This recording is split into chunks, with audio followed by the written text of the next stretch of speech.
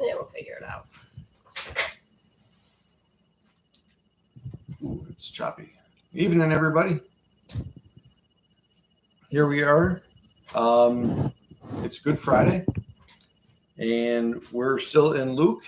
And as we said, we're going to be going through chapter 23 this evening, and that's all we have planned. So that sounds working. So we don't know what's going on with the internet right now, so please excuse that. Let's turn this a little bit more this way. Nope.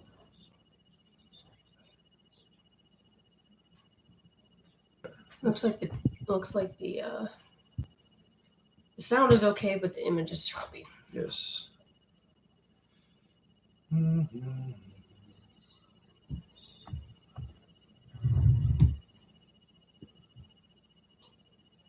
Well, let's go ahead and get started then. Okay. Luke 23.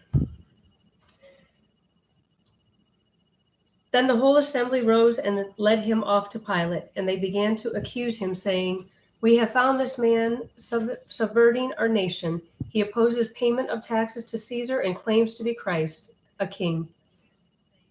There we go. So Pilate asked Jesus, "Are you the king of the Jews?" "Yes, it is as you say," Jesus replied. Then Pilate announced to the chief priests and the crowd, "I find no basis for a charge against this man." But they insisted, "He stirs up the people all over Judea by his teaching. He started in Galilee and has come all the way here." On hearing this, Pilate asked the man if he was a Galilean.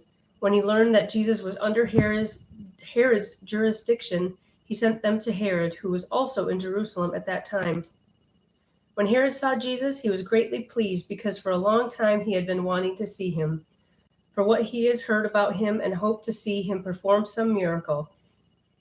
He plied him with many questions, but Jesus gave him no answer. The chief priests and the teachers of the law were standing there, vehemently accusing him. Then Herod and the soldiers ridiculed and mocked him. Dressing him in an elegant robe, they sent him back to Pilate. That day Herod and Pilate became friends. Before that, they had been enemies.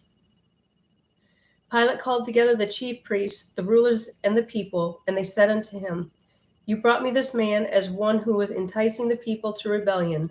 I have examined him in your presence and have found no basis for charges against him. Neither has Herod, for he has sent him back to us, as you can see. He has done nothing to deserve death.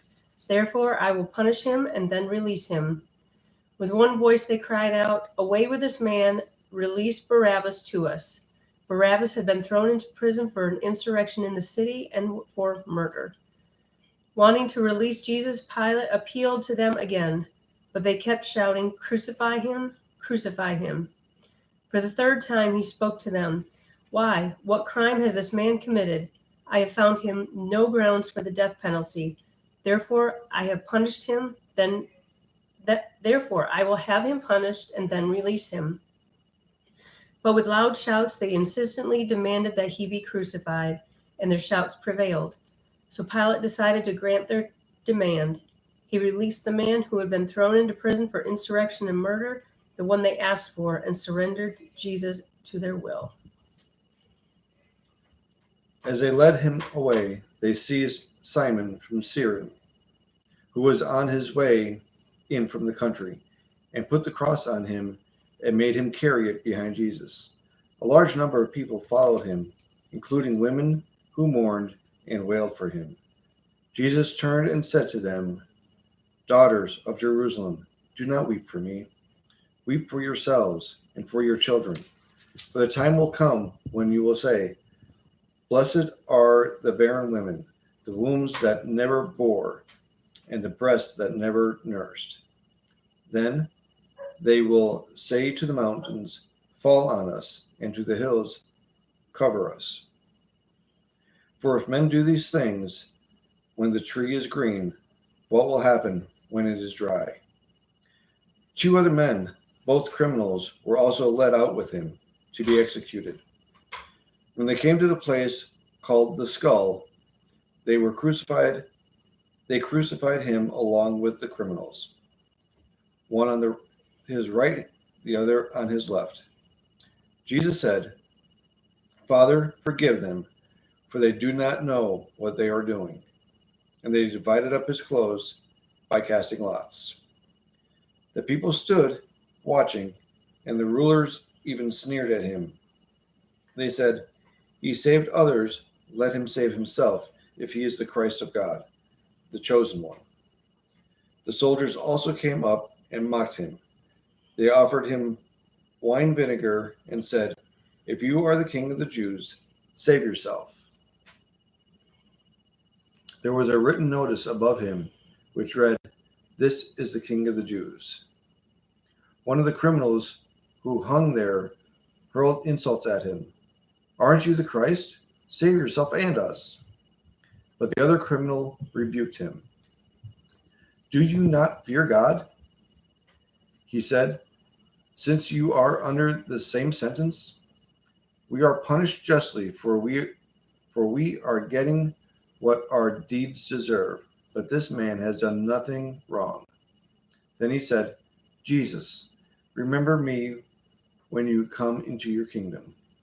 Jesus answered him, "I tell you the truth. Today you will be with me in paradise." Jesus' death. It was now about the 6th hour, and darkness came over the whole land until the 9th hour, for the sun stopped shining, and the curtain of the temple was torn in two. Jesus called out with a loud voice, "Father, into your hands I commit my spirit." When he had said this, he breathed his last. The centurion, seeing what had happened, praised God and said, "Surely this was a righteous man." When all the people who had gathered to witness this sight saw what took place, they beat their breasts and went away. But all those who knew him, including the women who had followed him from Galilee, stood at a distance watching these things. The burial.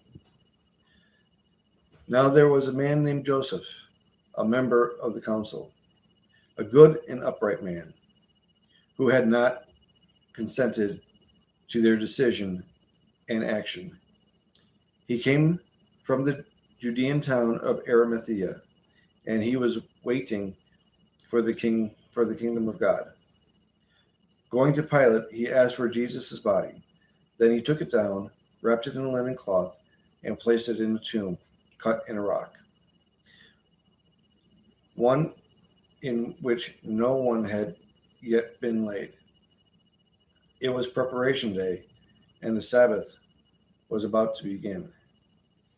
The women who had come with Jesus from Galilee followed Joseph and saw the tomb and how his body was laid in it. Then they went home and prepared spices and perfumes, but they rested on the Sabbath in obedience to the commandment.